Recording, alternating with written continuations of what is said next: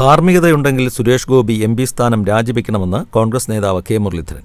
സുരേഷ് ഗോപി ഇപ്പോൾ പാർലമെന്റിലും ഇല്ല, തൃശൂരിലുമില്ല, ഫേസ്ബുക്കിൽ മാത്രമാണുള്ളത്. പാർലമെന്റിന്റെ ഒരു വിഷ്വൽസിലും സുരേഷ് ഗോപിയെ കാണാനില്ലെന്നും കെ. മുരളീധരൻ പറഞ്ഞു. തൃശൂർ ലോക്സഭയിലെ വ്യാജവോട്ട് ആരോപണത്തിന് പിന്നാലെ കളക്ടർ കൃഷ്ണതേജിനെതിരെ വിമർശനവുമായി കെ. മുരളീധരൻ.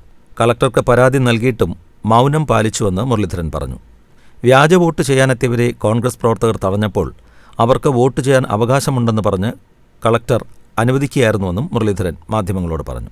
തൃശൂരിലെ വ്യാജവോട്ടിൽ കോൺഗ്രസ് തെരഞ്ഞെടുപ്പ് സമയത്ത് തന്നെ പരാതി നൽകിയിരുന്നു.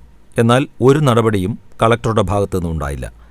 ബി.ജെ.പിയും കളക്ടറും തമ്മിലുള്ള ഡീലാണുണ്ടായത്. ഇലക്ഷൻ കഴിഞ്ഞതിന് പിന്നാലെ കളക്ടറെ ആന്ധ്ര ഉപമുഖ്യമന്ത്രിയുടെ പ്രൈവറ്റ് സെക്രട്ടറിയായി നിയമിച്ചത് ഡീലിന്റെ ഭാഗമാണെന്നും മുരളീധരൻ പറഞ്ഞു. ആലത്തൂർ, ചാലക്കുടി എന്നിവിടങ്ങളിലാണ് വ്യാപകമായി വ്യാജവോട്ടുകൾ ചേർത്തത്. ഇതിന്റെ ഭാഗമായാണ് ചാലക്കുടിയിൽ ബി.ഡി.ജെ. സ്ഥാനാർത്ഥിക്ക് വൻതോതിൽ വോട്ട് ചോർച്ച ഉണ്ടായതെന്നും കെ. മുരളീധരൻ പറഞ്ഞു.